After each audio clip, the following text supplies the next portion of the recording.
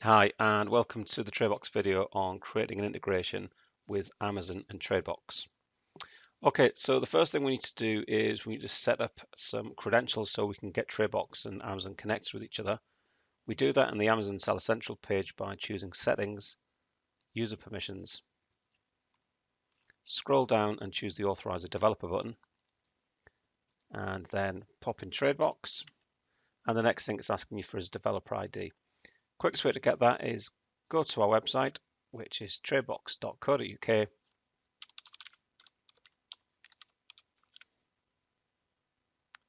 Click on Support, and if you just type in Amazon MWS, the top hit will give you an article describing this very process. If we scroll down, we'll see here that this is the code that you need, the Amazon developer code for Tradebox for all European connections.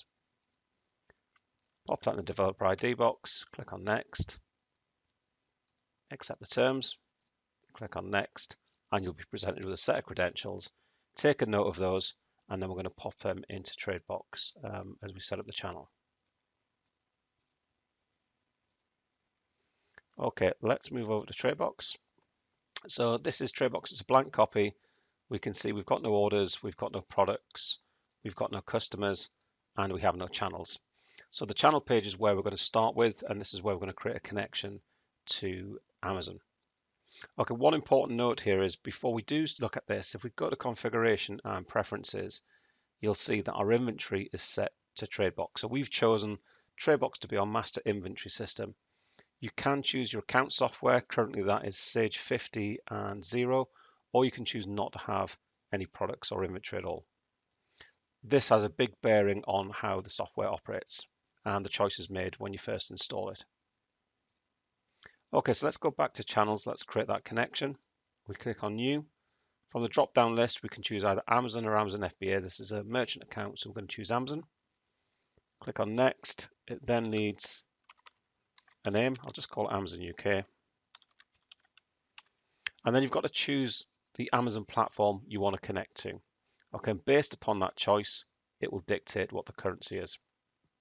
So if you do have channels to Amazon France, Amazon Germany, for example, you will need to create individual connections in the channel section in Tradebox for each of those marketplaces. The next thing it's asking us is the order type. So we can choose all orders, customer orders, or business orders. I'm just going to choose all. And again, with prime orders, we can choose to have all of them, or ignore seller fulfilled, or choose only seller fulfilled. Okay, the next thing it's asking me for those MWS connection details we've just set up. So here's some I did earlier. I'll just copy and paste them in very quickly.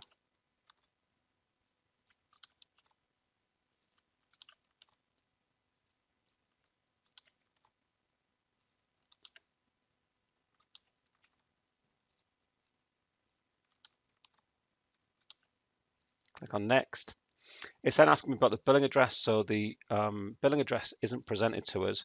We're only given a shipping address. So we're going to tell Tradebox that we want to use the shipping address as the billing address. And then we're going to choose some default carriers. Okay, at this point, we can now look at important products. If we'd chosen our accounts package as the inventory master, we would be importing the inventory directly from that accounts package. Because we chose Tradebox, we're going to import it directly. Specifically with Amazon, we can't connect and bring your stock, your inventory from Amazon. So we're going to import it via a file. And there is a whole section on the Tradebox Help Center to show you how to do this. Just going to navigate to the file I've already got set up and click on Finish. Okay, that's the import finished. So I'm going to click on OK. And here we can see in the channel section, we have a channel set up for Amazon. You'll see that it isn't active, the download is turned off, and the upload is turned off. So there's a little bit of configuration we need to do. And we do that by double clicking on the channel, and that opens up the channel settings. In terms of days to go back, I'm going to tell Tradebox to only go back 3 days. So basically, it will constantly poll this channel, and every time it polls that channel, it will always go back 3 days. It will only download orders that are new or orders that need updating with the tray box in terms of their order status. The status is I need to tell Tradebox which order types to download. So the Amazon ones that are shipped, I've linked them to the status of dispatched, and I'm going to tick that box and tell Tradebox to download them. And ones that have an Amazon status of unshipped, I'm going to say are paid, and I'm going to tell Tradebox to download those. Okay, so we're nearly ready to set off. If we just quickly jump over to products, you can say here's a list of the products that I imported in that file, and you can see that the orders are still blank. So if we go back to the channels, let's activate the channel by choosing the activate button, and that turns on the active and the download. It doesn't turn on the upload. If you do want to turn that on, you need to drill back into the channel and opt in for upload. Okay, so that's working. We can see we've got a little green arrow in the top. This is the Tradebox service. It also sits here in your system tray. And basically your service will connect to each of your channels in turn. It will download your orders. It will update the status of any existing orders. It will update the stock levels.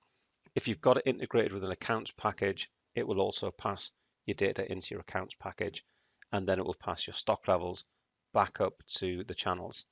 And it works in a strict rotation. So if you've got 5 channels set up in Tradebox, it will do each one in turn and then start again at the beginning. Okay, I'm going to wait a couple of minutes and then we're going to have a look at how Tradebox has progressed. Okay, let's have a look how Tradebox is getting on. We can see in the overview that we have 132 orders. If we go to the orders list, we can see we've got 44 orders awaiting dispatch and a number that have already been marked as dispatched. We can also see on our product list that our stock has been decremented for those products that have come down on the orders. And if we go to the shipping section, we can see that we've got 44 orders awaiting to be shipped. And so if I wanted to mark them as shipped, I would simply click on the button here to mark them all and choose the dispatch button. And that would mark them all as dispatched on Amazon, and that would trigger all the emails going to the buyers. And if you are interested in integrating an accounts package, it's just a case of double clicking on the channel and from the accounts section, creating a connection to your accounts package. Okay, if you have any questions, please don't hesitate to get in contact with us. You can find a lot more information on the website under the support menu in the Tradebox Help Center.